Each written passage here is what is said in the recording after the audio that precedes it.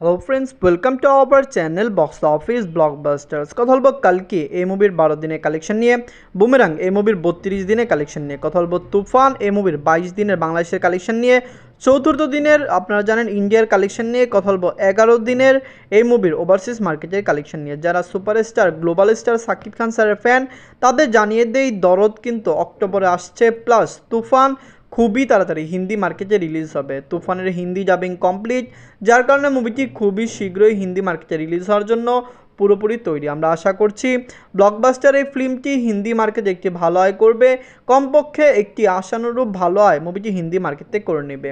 কথা বলবে তিনটি মুভির কালেকশন নিয়ে। ভিডিও ভালো লাগে তো লাইক করবেন, এবং এখনও যদি বক্স অফিস ব্লকবাস্টার চ্যানেলটি সাবস্ক্রাইব না করে থাকেন সবার আগে আমাদের চ্যানেলটি সাবস্ক্রাইব করে নেবেন। প্রথম বলবো কালকে নিয়ে বাজল 650 কোটি রুপি। লিডার আপনারা জানেন রিবেল স্টার প্রভাস স্যার 12 দিন কমপ্লিট করে নিয়েছে। রিবেল স্টার প্রভাস স্যার অভিনীত কালকি ফিল্মটি একটি ব্লকবাস্টার ফিল্ম। দর্শকদের ভালোবাসায় মুভিটি কিন্তু অলরেডি 900 কোটি রুপি প্লাস বিজনেস করেছে। খুবই তাড়াতাড়ি মুভিটি 1000 কোটি রুপি প্লাস বিজনেস করবে। কালকে এলো মুভিটি রেকর্ড আয় করলো। আপনারা জানেন বাহুবলী টুর পরে প্রভাস স্যারের কোনো ক্লিন হিট ফিল্ম নেই। অনেকেই সালারকে ক্লিন হিট বলছে, কিন্তু বিগ বাজেটের ফিল্মটির শেয়ার কালেকশানে কিন্তু ক্লিন হিট হতে পারেনি। আমরা আশা করছি কালকে লং টাইম রান করবে, এবং অবশ্যই এটি প্রভাস স্যারের ক্যারিয়ারের একটি one of the biggest blockbuster film হয়ে যাবে। নিজেদের 12 দিনে মুভি ওয়ার্ল্ড মার্কেট থেকে আয় করেছে 25 কোটি রুপি। টোটাল কালেকশন 970 কোটি রুপি। আপনারা জানেন প্রভাস স্যার অনেক বড় মাপের অ্যাক্টর, তার ভালো ফ্যান বেস রয়েছে, দর্শকরা তাকে অনেক বেশি সাপোর্ট করে। আমরা আশা করছি প্রভাস স্যারের কালকি ফিল্মটি বক্স অফিসে একটি রেকর্ড আয় করবে। দর্শকরা সাপোর্ট করলে অবশ্যই মুভি বক্স অফিস থেকে একটি ভালো আয় করবে। প্রভাস স্যার আপনারা জানেন ইন্ডিয়ার সবচেয়ে বড় ব্র্যান্ড, তার কিন্তু ভালো স্টার দাম রয়েছে, কিন্তু ভালো ফিল্ম না আসার কারণে তার ক্যারিয়ারে মাঝখানে ডিজাস্টার ফ্লপ ফিল্মের সংখ্যা অনেক বেশি ছিল। এখনকার বলবো বুমেরাং নিয়ে বাজল 8 কোটি টাকা। লিড আপনারা জানেন সুপারস্টার জিৎ স্যার 32 দিন কমপ্লিট করে নিয়েছে। অনেকে আমাকে জানিয়েছে বুমেরাংয়ের বাজেট নাকি খুবই কম। আপনারা জানিয়ে দেই বুমেরাং একটি science fiction comedy film. Science fiction ফিল্মের বাজেট নর্মাল ফিল্ম এবং কমার্শিয়াল ফিল্ম অনুযায়ী অনেক বেশি হয়। বুমেরাংয়ের বাজেট কিন্তু বেশি। এটি সুপারস্টার জিৎ স্যার নিজে বলেছেন বুমেরাং একটি বিগ বাজেট ফিল্ম। অনেকে আশা করছে যে বুমেরাং যদি বিগ বাজেট হয় মুভিটি কীভাবে বক্স অফিসে ক্লিন হিট হলো। আপনারা জানিয়ে দেই জিৎ স্যার নিজে জানিয়েছেন satellite, digital right plus theatrical right মিলিয়ে তিনি এই মুভিকে সাকসেসফুল দাবি করছেন, কারণ তার অলরেডি এই ফিল্মে প্রোডাকশন হাউস প্রফিট দেখে নিয়েছে। আমরা আশা করছি বুমেরাং ফিল্মটি লং টাইম রানে আরও ভালো আয় করবে। নিজেদের 32 দিনে ওয়েস্ট বেঙ্গল থেকে আয় করেছে 6 লক্ষ রুপি। টোটাল কালেকশন হলো 5 কোটি 36 লক্ষ রুপি। মুভিটি লং টাইম রান করবে। অবশ্যই খাদান আসার আগে পর্যন্ত বুমেরাং চলবে, এবং মুভিটি বক্স অফিসে কমপক্ষে 6.5 থেকে 7 কোটি রুপি প্লাস বিজনেস করার সম্ভাবনা রয়েছে।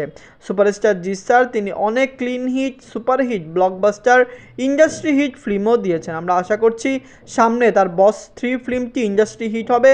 অ্যামাজন অভিযানের যে রেকর্ডটি সেটি বস 3 ভেঙে ফেলবে, এটি আমরা আশা করছি। এখনকার বলবো তুফান নিয়ে বাজল 15 কোটি টাকা। লিডার আপনারা জানেন global superstar Shakib Khan sir, Chanchal Chowdhury sir কাজ করেছে মিমিমে। আপনারা জানিয়ে দেই তুফান অনবদ্য একটি সিনেমা। দর্শকদের চাহিদা মতো একটি অসাধারণ ফিল্ম বানানো হয়েছে। এমন ফিল্ম বানানো হয়েছে যা বাংলা ইতিহাসে এর আগে কোনো ডিরেক্টর দিতে পারেনি। আপনারা জানিয়ে দেই এরকম অ্যাকশন কম্বো এবং চঞ্চল চৌধুরী স্যার সাথে স্ক্রিন শেয়ার করা এটি বাংলাদেশের একটি অনবদ্য ফিল্মের প্রধান কারণ আপনারা জানেন গ্লোবাল স্টার সাকিব খান স্যারের স্টার দাম অনেক বেশি। চঞ্চল চৌধুরী স্যার তিনিও বাংলাদেশের একজন জনপ্রিয় অ্যাক্টর। দুইজন মাল্টি স্টারার যদি একটি ফিল্ম হয়, ফিল্মটি কত বড় বিগেস্ট ব্লকবাস্টার হতে পারে এটি আপনাদের এই মুভির কালেকশন দেখলে জানতে পারেন। তুফান মাত্র 22 দিন ওয়ার্ল্ড মার্কেটে কমপ্লিট করেছে, এবং অলরেডি মুভিটি 40 কোটি প্লাস বিজনেস করেছে। প্রিয়তমার কালেকশন ব্রেক করে ইন্ডাস্ট্রি হিট হয়েছে। মুভিটি 50 দিনে এইরকম আয় করতে পারে যেটি বাংলা ইন্ডাস্ট্রির অন্য কোনো ফিল্ম করতে পারেনি। আমরা আশা করছি তুফান রেকর্ড আয় করবে, এবং অবশ্যই মুভিটি বক্স অফিসে ব্লকবাস্টার হবে। নিজেদের 22 দিনে মুভি বাংলাদেশ থেকে আয় করেছে 65 লক্ষ টাকা। মুভিটি আপনারা জানেন নিজেদের চতুর্থ দিন কমপ্লিট করেছে ইন্ডিয়াতে, এবং ইন্ডিয়াতে নিজেদের চতুর্থ দিনে মুভিটি অল ইন্ডিয়া গ্রোস স্টেশন করেছে 13 লক্ষ রুপি। আপনারা জানিয়ে দেই মুভিটি বাংলাদেশে যেরকম রেকর্ড আয় করছে ইন্ডিয়াতে রেকর্ড আয় করতে পারেনি। ইন্ডিয়াতে আপনারা জানেন বাংলা ফিল্ম কতটুকু চলে, তারা হিন্দি ফিল্মকে বেশি প্রাধান্য দেয়, যার কারণে ওয়েস্ট বেঙ্গলও তুফান সেরকম সাকসেসফুল হতে পারেনি।